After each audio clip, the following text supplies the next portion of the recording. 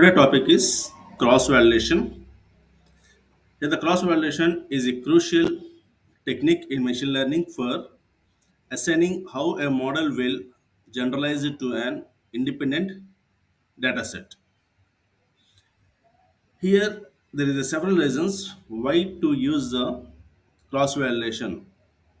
One is model validation, two preventing overfitting, bias variance trade-offs, robust performance estimates,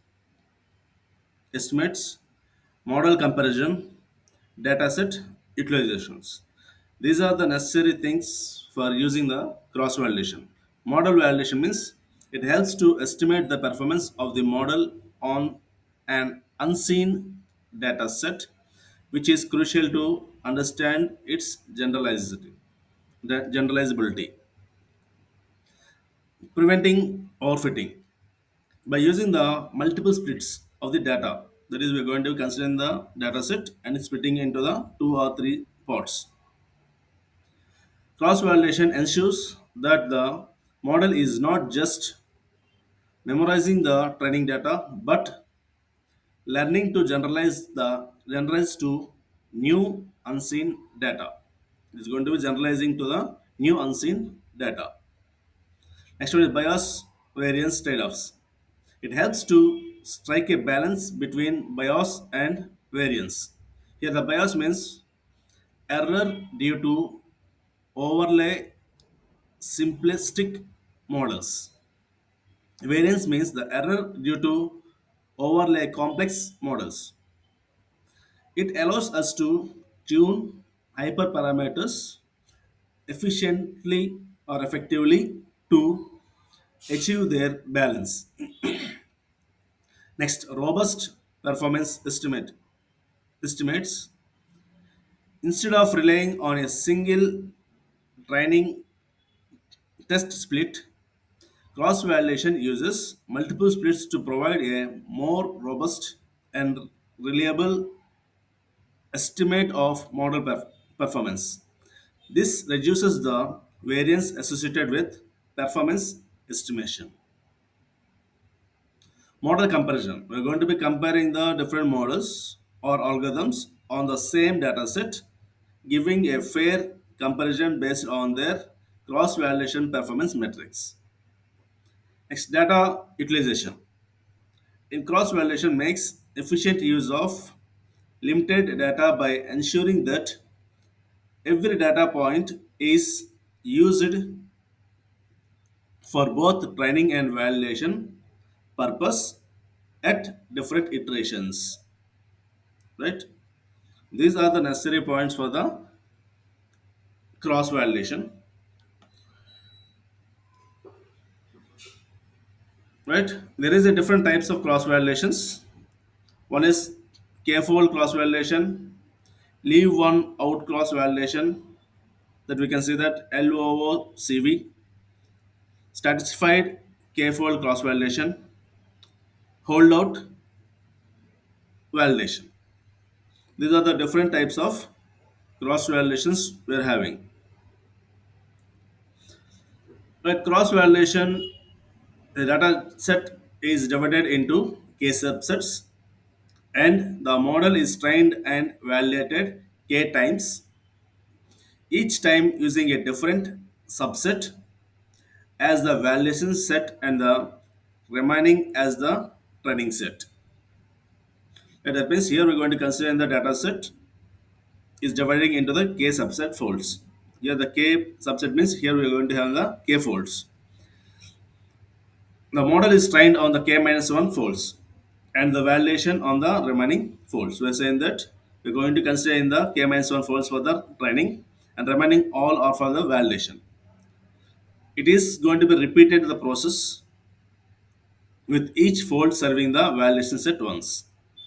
The performance measure is averaged over all the k trials. Right? Each and every part is going to be considered in the each and every repetitions, so that we are going to get the better performance.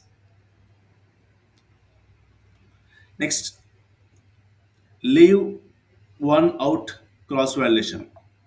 In this process, Each instance in the dataset is used once as a validation set, while the remaining instances form the training set. This can be computationally expensive for a large datasets. And in this special case of k-fold cross validation, where k equals to the number of data points, we have the k equivalent number of data points. Each data point is used as a single test case, while the remaining all n minus 1 points forms the training set. Right? This computationally expensive but can give a very thought estimate of the model performance. It gives the better performance. Next, we have the stratified k-fold cross validation. It is similar to the k-fold cross validation, ensures that each fold has the same proportion of classes as the original data, which is partially useful for imbalanced datasets. Here, imbalanced dataset means here we have the mostly we are having the dataset is balanced. That means we are having the class label. In that we have the 100 zeros, that is S in nodes, and 100 ones, or 99 or 90 ones. That is mostly it is going to be balanced. When we will say that imbalanced dataset means the S and nodes class label classification will not be have the same. It have the one class having the high and the another has a very low. That is 2 or 10 like that. If you have the zeros are 10 and ones are 10, 100, then we can say that it is an imbalanced data set. Right? Here we are saying that we're talking about the class labels.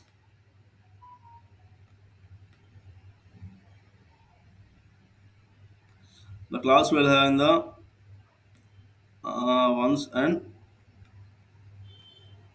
zero. If I am saying that it contains the 100 records with zeros, here we have the 100 or 99 or 90. We can say that this is a balance. If it is 100 and here it is 10 records or 5 records, then we can say that it is imbalanced data set. That means if you consider the graph, bar graph, here it having the ones are having the high and zeros are having the low.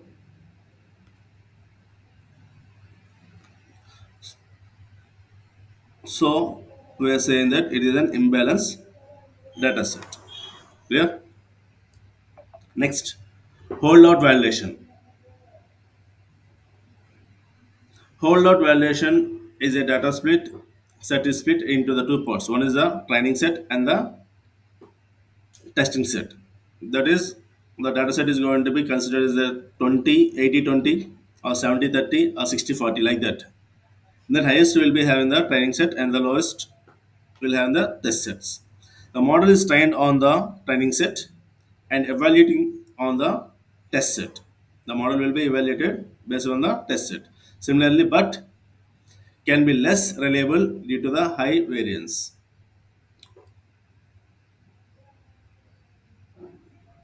Okay. The cross validation with the model selection. Here the model selection means when performing model selection, cross validation is used to not only evaluating the performance of the model but also to select the best hyperparameters or the chosen between the different models. But we have the simple models and the complex models. Based on that, we are going to be selecting the hyperparameters. This process is typically referred to as nested cross validation when tuning parameters are chosen. Nested cross validation, involves two layers of cross validation. One is inner loop for the hyperparameter tuning and an outer loop for the model evaluation. Here we're going to doing the two things. One is hyperparameter tuning and model evaluation. In the inner loop, it is going to be concentrating on the hyperparameter tuning. In the outer loop, it is going to be concentrating on the model evaluation. And the dataset is divided into the k folds. For each fold, one fold is used for the test set, and the remaining k minus 1 folds are used in the inner loop for the model training and validation. Clear here?